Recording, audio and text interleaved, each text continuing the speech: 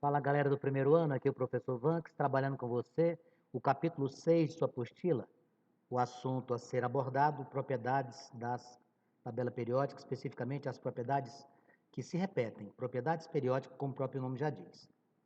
Para que a gente possa trabalhar isso, eu gostaria de lembrar contigo como é que a gente tem a distribuição dos elementos químicos através da nova tabela periódica, da última, né? A gente tem os elementos distribuídos em ordem crescente, de quê? Vamos lembrar?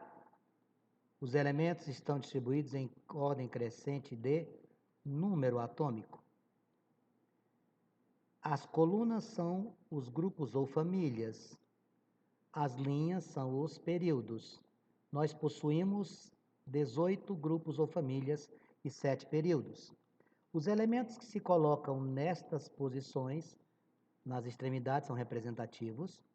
Os do centro são chamados de transição externa e esses aqui embaixo, os lantanídeos e actinídeos, transição interna. Nós já tivemos a oportunidade de estudar isso, eu espero que você não tenha esquecido. Vamos lá. Além disso, a gente pode fazer um esqueleto da tabela, que mais uma vez a gente destaca isso para você. Olha aqui, ó. Aqui seria a família 1A, família 2A, eu estou citando as mais importantes. Gases nobres, família 7A, família 6A. Estas 5 famílias são as mais importantes.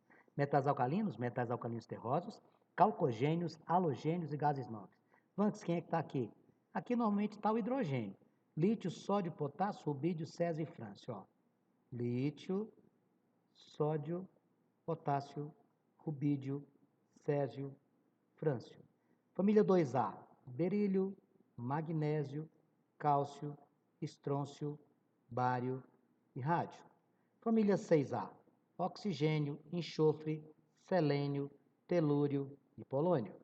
7A, flúor, cloro, bromo, iodo, astato. É fantástico, né? Gases nobres, hélio, neônio, argônio, criptônio, xenônio e radônio.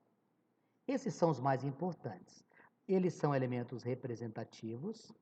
Aqui no centro nós temos os elementos de transição externa e aqui nos lantanídeos e actinídeos os de transição interna.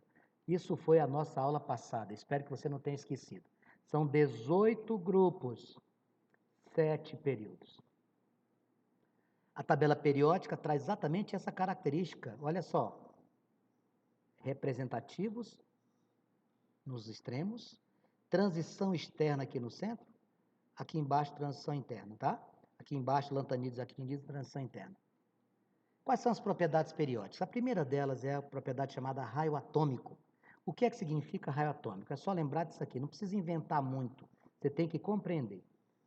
Tamanho dos átomos. Na tabela periódica, os átomos grandes estão colocados aqui, ó. Os maiores átomos estão à esquerda da tabela e para baixo. Então, o raio atômico ele cresce para a esquerda e dentro das famílias ele cresce de cima para baixo. Aqui, nessa posição, quem é que está avançando? É o frâncio. Então, o que é raio atômico? Propriedade que indica tamanho do átomo.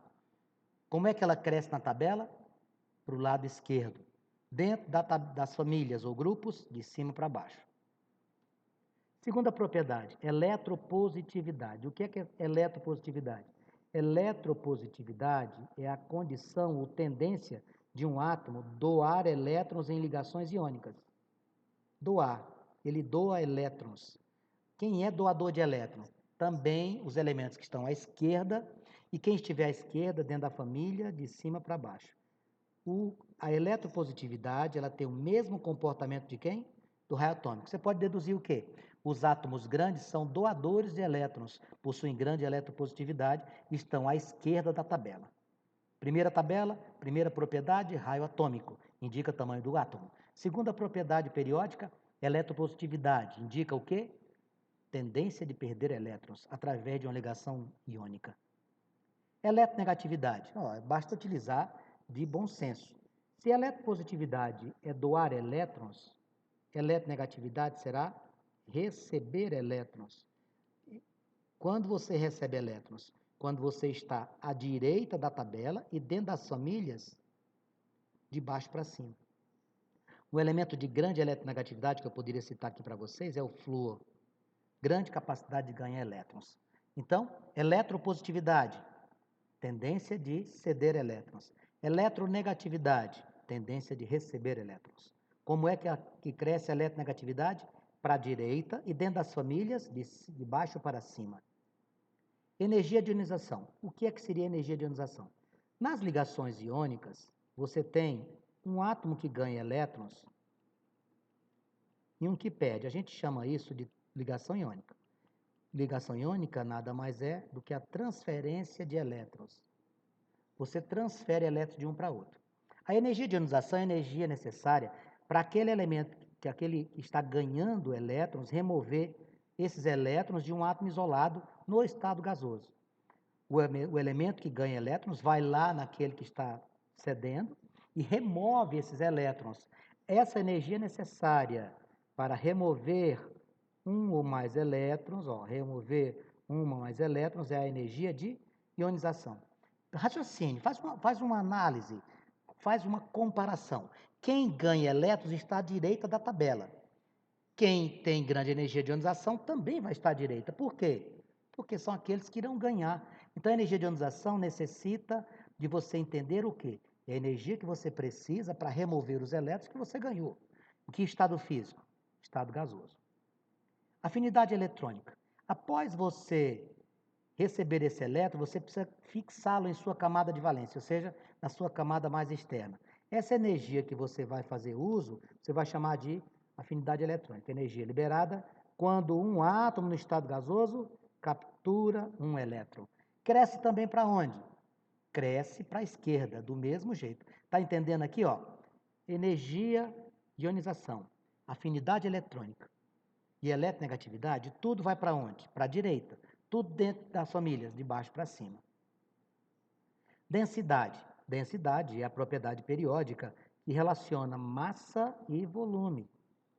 Densidade, quando a gente estuda isso em química, estuda em física, é a relação entre a massa e o volume. O que é um elemento denso? É um elemento muito pesado. Vanks, por que aqui está a tabela periódica desenhada? Flechas para baixo e para o centro. Isso aqui está dizendo para você o seguinte: os elementos mais densos estão no centro da tabela e na parte inferior. Citamos aqui o ósmio como de grande densidade. Quero que você agora faça os exercícios do capítulo de número 6, página 40. Dentro de alguns instantes nós iremos resolvê-los, mas antes disso, faça essas questões antes de mim. Se antecipe, mostre o quanto você é capaz. Eu estou morrendo de saudade, fica com Deus, tudo vai ficar bem.